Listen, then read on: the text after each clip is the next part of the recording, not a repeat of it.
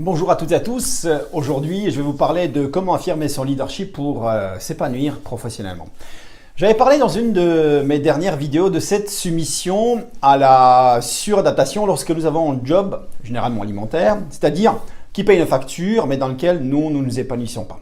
Et ce qui est dramatique, c'est que nous le faisons sous le diktat d'une société qui nous endoctrine quasiment tout le temps à la suradaptation. C'est-à-dire accepter n'importe quel job pourvu que vous ayez un salaire mensuel fixe et un CDI.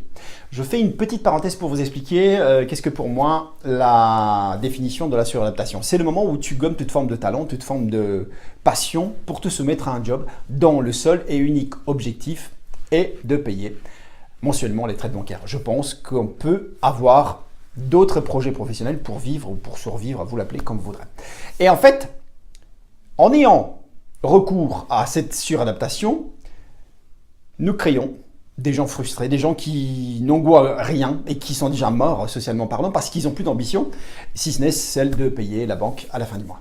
Alors quand je parle de leadership, ce n'est pas dans l'idée sémantique du chef, mais l'idée de l'affirmation de ses propres convictions à travers un projet professionnel ou autre d'ailleurs. La mise en avant de ses passions, de ses envies plutôt que de ses besoins financiers ou ses besoins primaires. Reconnaître l'idée selon laquelle un job idéal, ce n'est pas celui qui vous paye la villa avec la piscine sur la côte, mais plutôt celui qui vous épanouit, qui vous transcende. Parce qu'en fait, si vous avez un job passion pour lequel vous vous réveillez tous les matins, sourire aux lèvres et le cœur rempli de joie, celui-ci n'enverra jamais à votre cerveau le moindre signal de souffrance ou de sacrifice, donc d'effort. Bien au contraire, il enverra des signaux positifs et vous serez nourri constamment par des sentiments, des émotions positives, ce qui vous fera grandir, vous épanouir de tous les points de vue.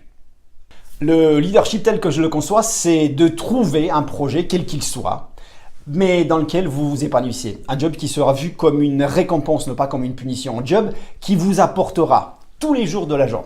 Si ce job, vous arrivez à le créer, alors l'aspect financier, c'est-à-dire l'argent que vous gagnerez en échange de vos compétences, sera totalement auxiliaire et, cerise sur le gâteau, vous gagnerez beaucoup plus d'argent que dans le cas des jobs alimentaires ou des jobs soumis à la suradaptation.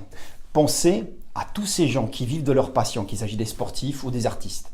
Personnellement, ça m'étonnerait que Chris Martin, le chanteur de Coldplay, qui monte sur scène ce week-end à Paris au Stade de France, devant plus de 80 000 personnes, se dit en lui-même, j'ouvre les guillemets, « Oh putain, je me fais chier grave là !» 80 000 personnes qui m'acclament et qui m'envoient des ondes positives. J'ai vraiment une VDM, c'est-à-dire une vie de merde. Non, il se dit sûrement le contraire. Quelle chance que j'ai de vivre cette passion. Quelle chance de recevoir et me charger de toute cette émotion et de cette énergie positive.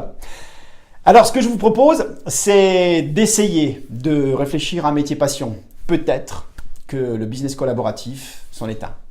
Eh bien, contactez-moi et nous discuterons des perspectives qu'on pourrait donner à cette collaboration. Je vous remercie beaucoup de l'attention que vous avez portée à cette vidéo et si vous pensez qu'elle peut intéresser d'autres personnes, je vous en serai gré de la faire suivre à ces gens. Merci beaucoup.